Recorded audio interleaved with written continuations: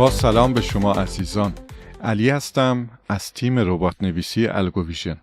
توی 2 جلسه قبلی یاد گرفتیم که چطور توی FX ما یه ربات ساده بسازیم، اندیکاتور اضافه کنیم، استاپ-لاس و تیک پرافیت مشخص کنیم و بک تست بگیریم.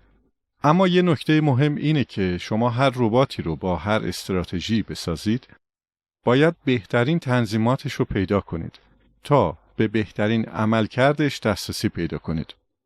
توی این جلسه قرار یاد بگیریم که چطور رباتمون رو اپتیمایز کنیم، گزارش بک تست رو بخونیم و بفهمیم چه چیزایی روی عملکرد ربات تاثیرگذارن. برای گرفتن بک تست باید یک بازه زمانی انتخاب کنیم تا عملکرد ربات رو توی اون بازه زمانی ببینیم. زمانی که در قسمت تاریخ یک بازه زمانی مشخص می‌کنیم، بعد از گرفتن بک تست ممکنه ببینیم که این تاریخ کامل نبوده. مثلا من اگر اینجا 2009 رو انتخاب کرده باشم تا 2025 و شروع کنم به گرفتن بک تست.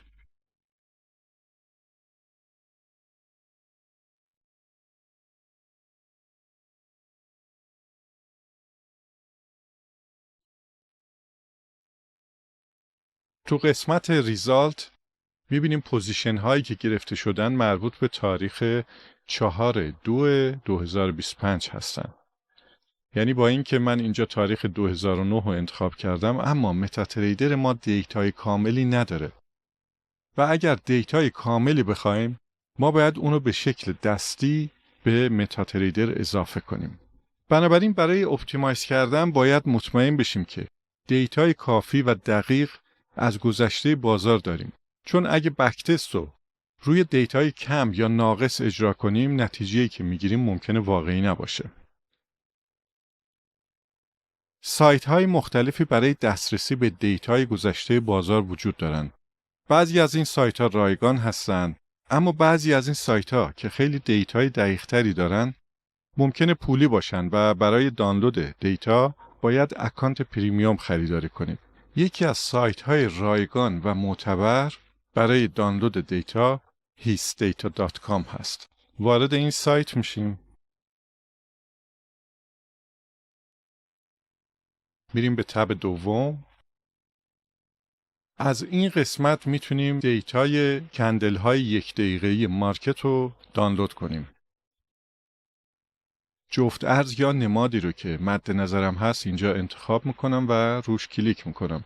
اینجا من میخوام دیتای طلا رو داشته باشم. میبینید که دیتای گذشته طلا از تاریخ 2009 اینجا موجوده و هر کدوم که بخوایم میتونیم اینجا دانلود کنیم. من روی 2024 کلیک میکنم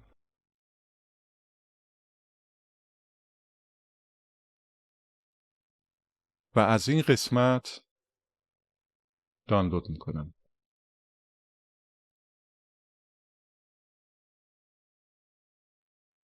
میتونیم تاریخ‌های دیگه ای هم بهش اضافه کنیم. مثلا تاریخ 2023.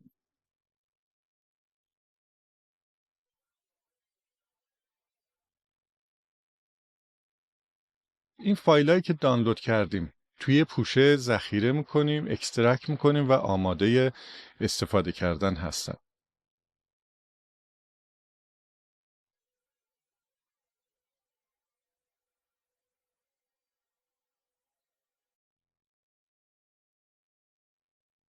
این فایل‌ها رو از حالت فشرده خارج میکنیم.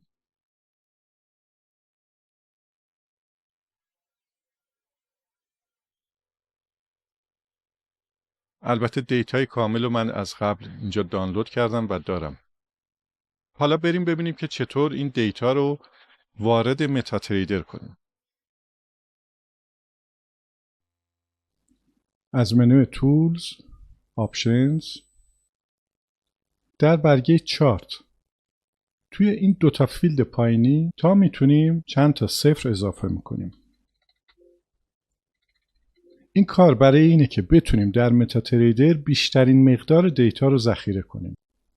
دوباره به منوی تولز میرم، هیستوری سنتر، نماد طلا رو انتخاب میکنم و روی تایم فریم 1 دقیقه 2 بار کلیک میکنم.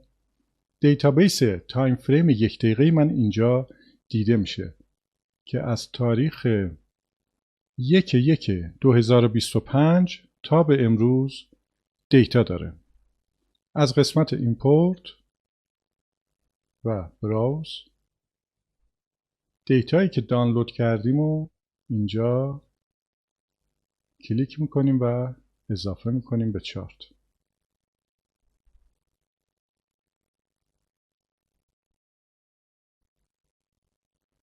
الان دیتای 2024 هم به چارت من اضافه شد. به همین ترتیب میتونم دیتای بیشتری رو وارد متاتریدر کنم.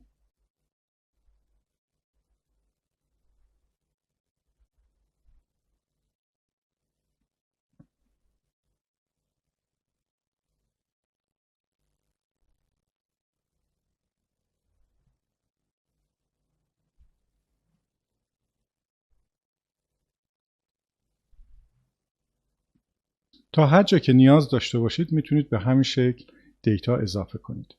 خب میبینیم که تعداد رکوردهای من اینجا به حدود 1,000,000 رکورد رسید. حالا ما دیتای 1 دقیقه‌ای رو داریم که از 2022 تا به امروز رو دیتاشو ذخیره کردیم. اما اگر روی تایم فریم 5 دقیقه کلیک کنم میبینید که همچنان تعداد رکوردهای ما خیلی پایینه و باید تایم فریم های دیگر رو هم به دست بیاریم. برای این کار میریم به قسمت نویگیتور.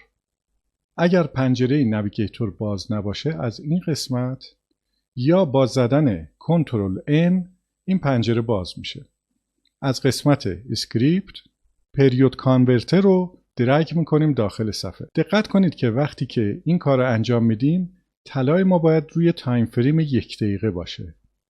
من این اسکریپت رو روی صفحه درگ میکنم، تنظیماتش مشاهده میشه. توی برگه کامان حتما توجه داشته باشید که این تیک ها خورده باشن. بعد از قسمت اینپوت عدد مورد نظرم رو تایپ میکنم. عددی که اینجا وارد میکنیم بر حسب دقیقه است. برای مثال برای تایم فریم 5 دقیقه عدد 5 یا برای تایم فریم 1 ساعته عدد 60 رو میتونیم وارد کنیم. اینجا من 5 رو وارد میکنم و اوکی میکنم. این کار ممکنه که یه مقدار زمان ببره. پس چند دقیقه صبر میکنیم.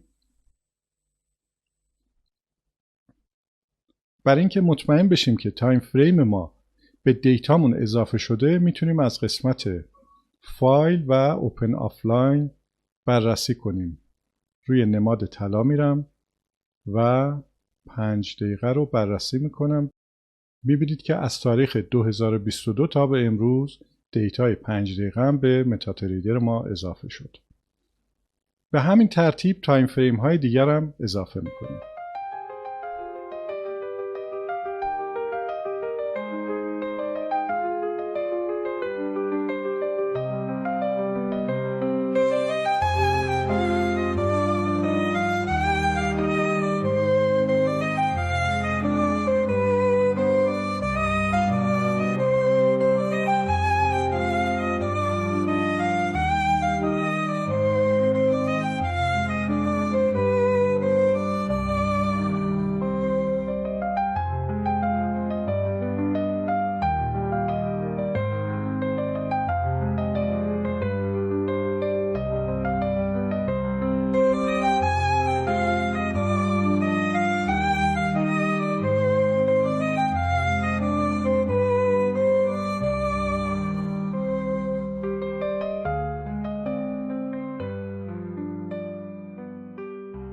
بعد از دانلود و وارد کردن دیتا برنامه رو یه بار میبندم و دوباره باز میکنم و میرم برای اپتیمایز کردن. قبل از بهینه‌سازی یا اپتیمایز یه بک تست کامل از ربات میگیرم تا گزارشی از عملکردش داشته باشیم. این گزارش شامل معیارهای مهمیه که برای ارزیابی کیفیت یک استراتژی معاملاتی استفاده میشه.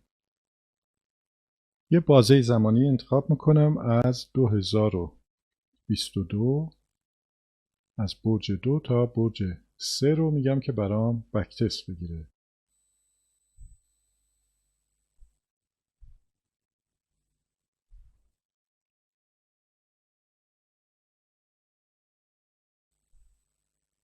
بعد از اینکه بک تست من تمام شد میرم به قسمت ریپورت. اطلاعات مهمی توی این صفحه نمایش داده میشه که مهمترین اونا رو بررسی میکنیم. این بالا نشون میده که توی این بازه زمانی چه تعداد کندل تست شدن. قسمت میسمچ چارت خطاهای داده های دیتای ما رو نشون میده و بهتره که روی عدد 0 باشه. این خطاها نشون میدن که آیا در داده های قیمتی گذشته ما مشکلی وجود داشته یا نه. این قسمت دپازیت اولیه من هست که $10,000 بود. توتال نت پرافیت مقدار سود یا ضرر من نشون میده که در واقع توی این یک ماه $61 ضرر محاسبه شده. پرافیت فاکتور نشون میده که در برابر هر $1 ضرری که کردیم چقدر سود کردیم. پس اینجا در برابر هر $1 ضرر ما 97 سنت سود کردیم. یعنی اینکه در مجموع ربات ما ضررده بوده. بنابراین اگر پرافیت فاکتور بالای 1 باشه نشون میده که ربات ما سودده بوده و اگر زیر 1 باشه به معنی اینه که ضررده بوده. عدد بین 1.5 تا 2 میتونه عدد مناسبی برای یک ربات باشه و نشون بده که ربات ما سودده بوده و اگر بالای 2 باشه ایدئال محسوب میشه. تعداد ترید های ما توی این بازه زمانی هم 76 تا بوده. اما یکی از مؤلفه های خیلی مهم دراداون هست که به 3 شکل ما دراداون رو اینجا میبینیم. ابسولوت دراداون کاهش سرمایه نسبت به مقدار اولیه رو نشون میده. یعنی زمانی که ربات رو روی حسابمون فعال کردیم قبل از اینکه به سود برسه چقدر ما رو توی ضرر برده که اینجا $444 ما داخل ضرر رفتیم.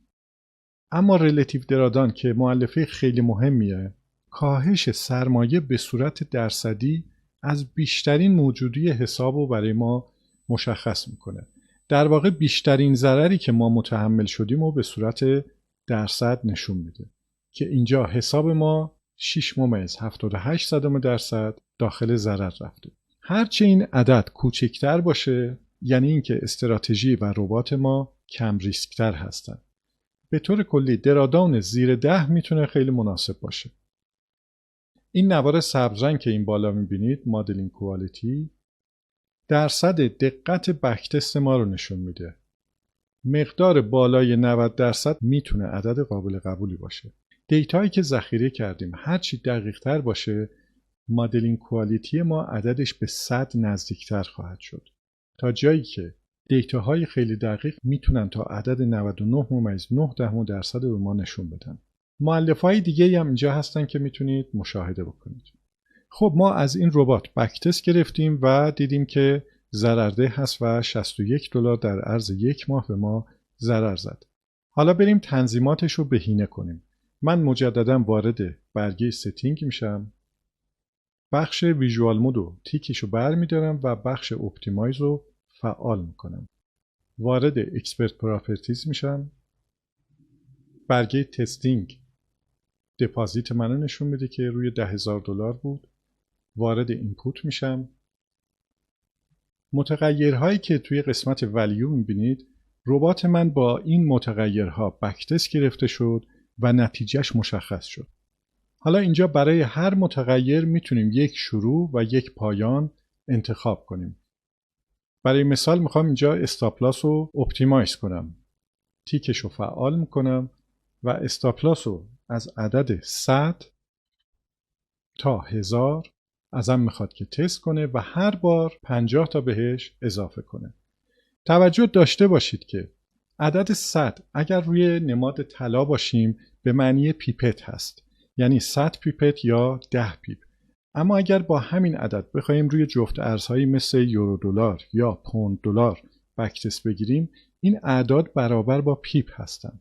یعنی عدد 100 مساوی 100 پیپ خواهد بود. خب من اینجا از عدد 100 تا 1000 رو میخوام که برام اپتیمایز بکنه. اوکی میکنم و روی استارت کلیک میکنم. منتظر میمونیم تا متاتریدر محاسباتش رو انجام بده. مدت زمان اپتیمایز در قسمت سمت راست دیده میشه و تعداد حالتهای ممکن در سمت چپ نمایش داده میشه.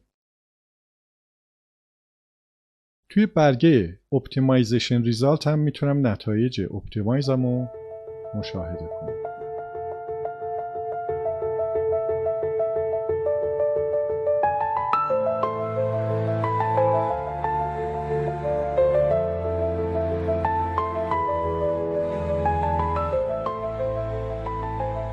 اپتیمایز من تمام شد.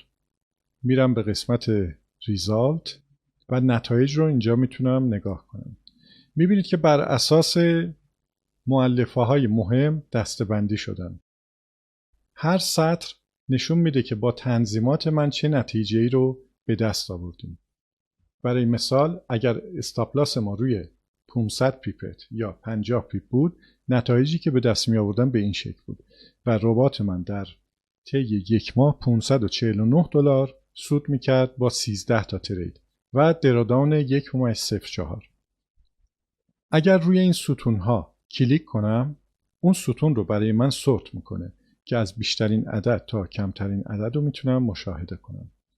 یا اگر بخوام کمترین دراداون رو داشته باشم، اینجا کلیک میکنم، میبینیم که با استاپلاس 550 پیپت کمترین دراداون رو داشتیم و مقدار سودی که به ما میداده $542 بود. میتونم روی این قسمت رایت کلیک کنم و set input parameters رو بزنم. با این کار پارامترهای اون بخش وارد قسمت ولیو میشن. میبینید که اینجا استاپلاس من روی عدد 550 قرار گرفت. حالا میتونم با این عدد یه بار دیگه بک تست بگیرم و رباتم رو تست کنم. اوکی میکنم. اپتیمایز ما تیک نداشته باشه، میتونم ویژوال مودم رو تیکش رو فعال کنم و مجددا بک تست بگیرم. اسکیپ رو میزنم و میرم به قسمت گرافیک.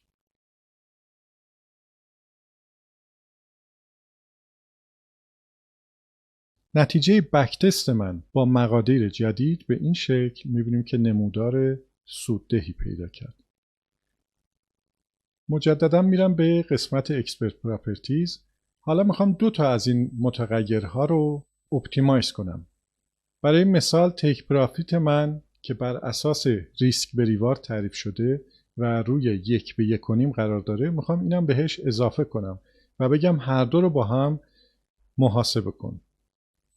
تیک پرافیتمو از عدد 100 تا 600 میگم که هر بار عدد 100 رو بهش اضافه کنه. اوکی میکنم و مجددا اپتیمایز میگیرم.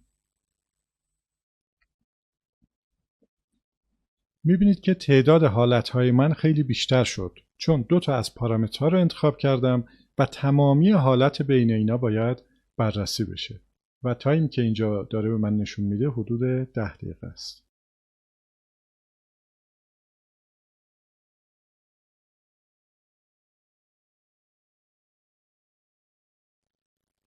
اپتیمایز کردن ممکنه خیلی زمانبر باشه، مخصوصا روی سیستم هایی که سی پی یو ضعیفی دارن یا رم پایینی دارن. اگر بخوایم سرعت اپتیمایزمون رو افزایش بدیم یا اینکه کامپیوترمون درگیر این محاسبات نباشه، بهترین روش اینه که از VPS یا سرور مجازی استفاده کنیم. الان برای اینکه وقت ما گرفته نشه، من تا همینجا اینو استاپ میکنم و میرم به بخش ریزالت. اینجا میبینیم که با تنظیمات جدید چه نتایجی به دست آوردیم. برای مثال اگر استاپلاسم 200 پیپت و ریسک به ریواردم 1:2 بود، نتایجی که به دست میومد به این شکل اینجا مشاهده میشه و هر کدومی که بخوایم میتونیم روش رایت کلیک کنیم، با زدن روی set input parameters مجددا رباتمون رو بک تست بگیریم و نمودارش رو مشاهده کنیم. در انجام اپتیمایز به چند نکته خیلی مهم توجه داشته باشید. اول اینکه از داده‌های دقیق استفاده کنید و مقدار دیتای زیادی داشته باشید برای بک تست گرفتن از رباتتون. دوم انتخاب بازه زمانیه. اگر بازه زمانی ما خیلی بزرگ باشه، ممکنه دچار اوورفیتینگ بشیم. یعنی توی اپتیمایز کردن بیایم به یک سری اعدادی برسیم که توی بازه زمانی زیادی نتیجه دادن، ولی ممکنه که ربات ما در آینده بازار به این شکل عمل نکنه و ضررده باشه. بنابراین بهترین روش اپتیمایز کردن اینه که شما رباتتون رو در یک بازه زمانی مشخص اپتیمایز کنید و بهترین تنظیماتش رو پیدا کنید. حالا با اعداد به دست آمده همون ربات رو در تاریخ دیگه ای تست کنید و ببینید که با اعدادی که به دست آورید آیا در تاریخ‌های دیگه هم ربات شما سودده هست یا خیر. انتخاب بازه زمانی برای اپتیمایز بستگی به استراتژی شما داره، اما میشه گفت که هر بازه زمانی که انتخاب میکنید باید شامل حداقل 300 تا معامله باشه. شما هم به همین شیوه میتونید ربات‌هایی که طراحی کردید رو اپتیمایز کنید و بهینه‌سازی کنید و به بهترین حالت اون دست پیدا کنید. تا جلسه آینده، خدا نگهدار.